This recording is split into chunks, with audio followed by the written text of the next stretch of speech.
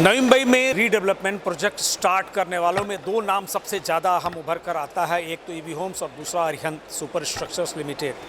इस वक्त स्वयं हमारे साथ मौजूद हैं अरिहंत सुपर स्ट्रक्चर के सीएमडी अशोक छाजेड़ जी।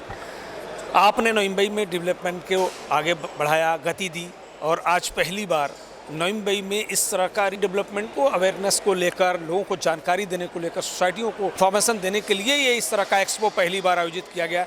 आप स्वयं साक्षी हैं। अरिहंत ने भी इसमें स्टॉल लगाया, हर तमाम लोगों को जानकारियां दी हैं। आपके लिहाज से कितना इम्पोर्टेंट है?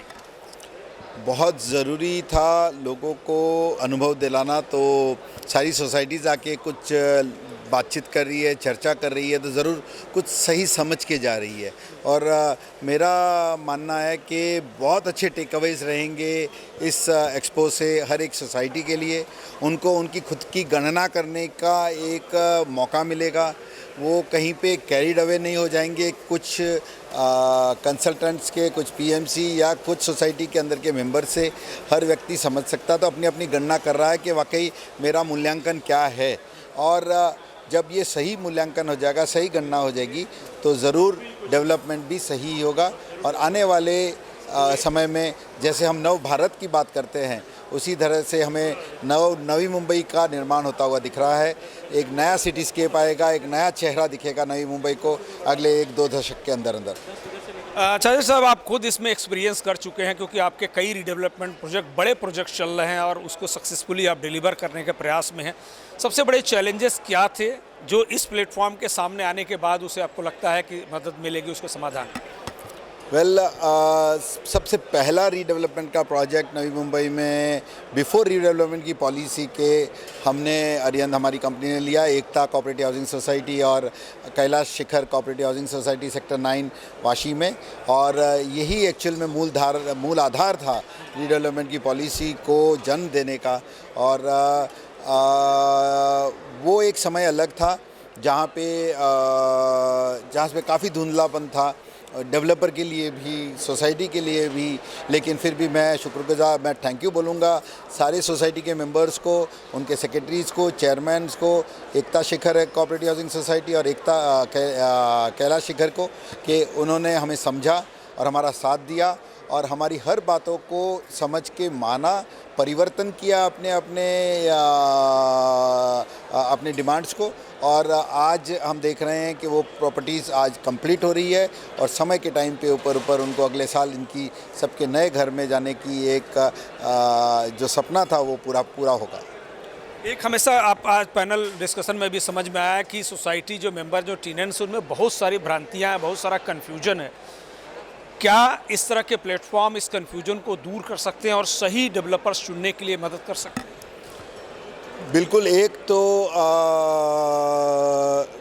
जैसे कहते हैं कि खुद ठोकर खा के सीखना, और एक है कि अनुभव से सीखना।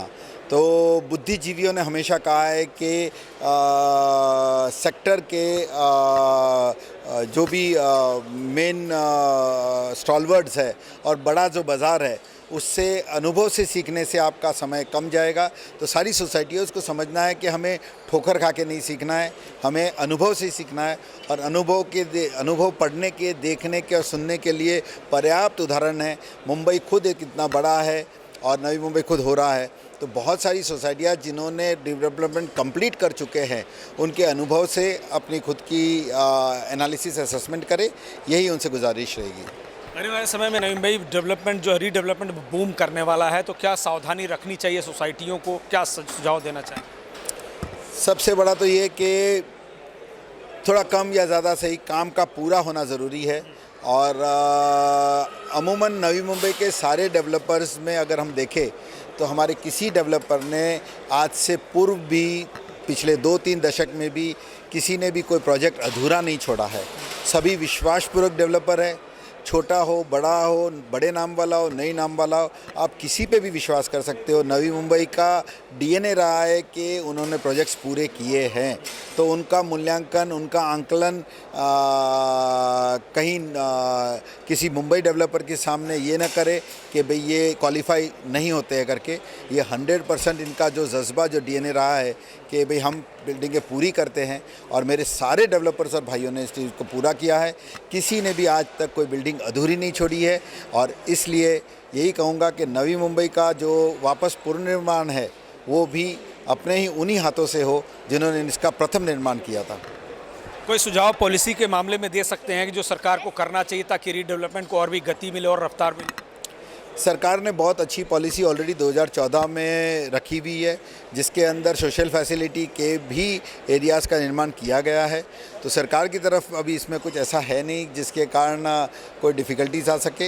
हाँ, आज के टाइम में जो 2021 यूडीसीपीआर के बाद में सबसे बड़ा बदलाव आया हुआ है, और वो है डेवलपमेंट चार्जेस को लेते हुए, गवर्नमेंट के चार्जेस को लेते हुए, जिसके लिए ऑलरेडी वो कहीं ना कहीं एक लेट पेमेंट करने की भी रियायत तो दे ही रही है। बट इन चार्जेस में कहीं ना कहीं अगर कोई और कमी नहीं और कहीं ना कहीं कोई डिस्काउंट मिल सके, कोई कम हो सके, तो आने वाले समय में जो फिजिबल नहीं है, जो रियलिटी में कोई प्रोजेक्ट्स जो रीडेवलपमेंट जा नहीं सकते हैं, उनके लिए एक मौका मिलेगा। इससे आखिरी सवाल है, अभी पैनल डिस्कशन में एक बात उभरी कि स्टैंडर्ड ऑपरेटिंग प्रोसीजर जो है तैयार होना चाहिए ताकि ट्रांसपेरेंसी और ज़्यादा रहे और बिल्डरों में हेल्दी कंपटीशन हो, ना कि एक दूसरे को नीचा दिखाने के लिए या कारोबार पाने के लिए कोई गलत जानकारी जो है सोसाइटी में जाए। आपको लगता है कि इस तरह का स्टेटिंग जो एसओपी है वो तब तैयार होना चाहिए, चाहे सोसाइटी हो या बिल्डर? वेल, गवर्नेंस सबसे बड़ा और कंप्लायंस सबसे बड़ा आधार है, और एसओपीज़ के नाम पे कहे तो गाइडलाइंस जो गवर्नमेंट की है वो बहुत स्पष्ट है, तो उसमें कोई और एक्सपेक्टेशंस की और उसी को खाली प्रैक्टिस करने की ज़रूरत है।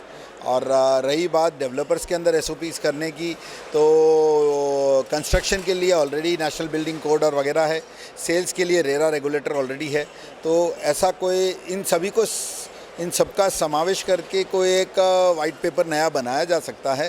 बट बहुत बड़े बदलाव का इसके अंदर कोई के अनुमानना नहीं रखनी चाहिए, क्योंकि व्यापार हर आदमी अपने अपनी बुद्धि से करता है, तो उसकी कॉस्टिंग हर एक की एक पर्सन डेवलपर ए और डेवलपर बी में कुछ ना कुछ थोड़ा फ़र्क हो सकता है। तो SOPs in terms of financials तो नहीं हो सकती है, SOPs in terms of quality guidelines already in place है, उसी को हम अदर कर लेंगे और आने वाले टाइम में उसी की बेसिस के ऊपर कंस्ट्रक्शन कैरी आउट हो जाएगा। बहुत बहुत धन्यवाद। आप सुन रहे थे अशोक शाहजेड़ जी को, जो अरिहंत सुपर स्ट्रक्चर्स लिमिटेड के सीएमडी थे। तमाम चीज़ें, तमाम बड़े प्रोजेक्ट्स आप चला रहे हैं, डिलीवर भी कर रहे हैं, नए प्रोजेक्ट्स की तरफ भी आपका अट्रैक्शन है। लेकिन सबसे बड़ी चीज़ है, जैसा कि सवाल पूछा गया कि क्या इसमें कोई स्टैंडर्ड ऑपरेटिंग प्रोसीजर होना चाहिए, साफ तौर पर यही कहना है कि तमाम नियम कानून और जितने भी गाइडलाइंस हैं सब हैं, अगर उसे सही तरीके से अपना लिया जाए और बुद्धि विवेक से काम किया जाए तो निश्चित तौर पर रीडेवलपमेंट को और भी गति मिल सकती है। सहयोगी रविचंद के साथ मैं सुधीर शर्मा, TV1 इंडिया, नई मुंबई। लेटेस्ट अपडेट्स और ताजा तरीन खबरों के लिए TV1 इंडिया लाइव को सब्सक्राइब कीजिए और नोटिफिकेशन पाने के लिए बेल आइकॉन को दबाना मत भूलिए।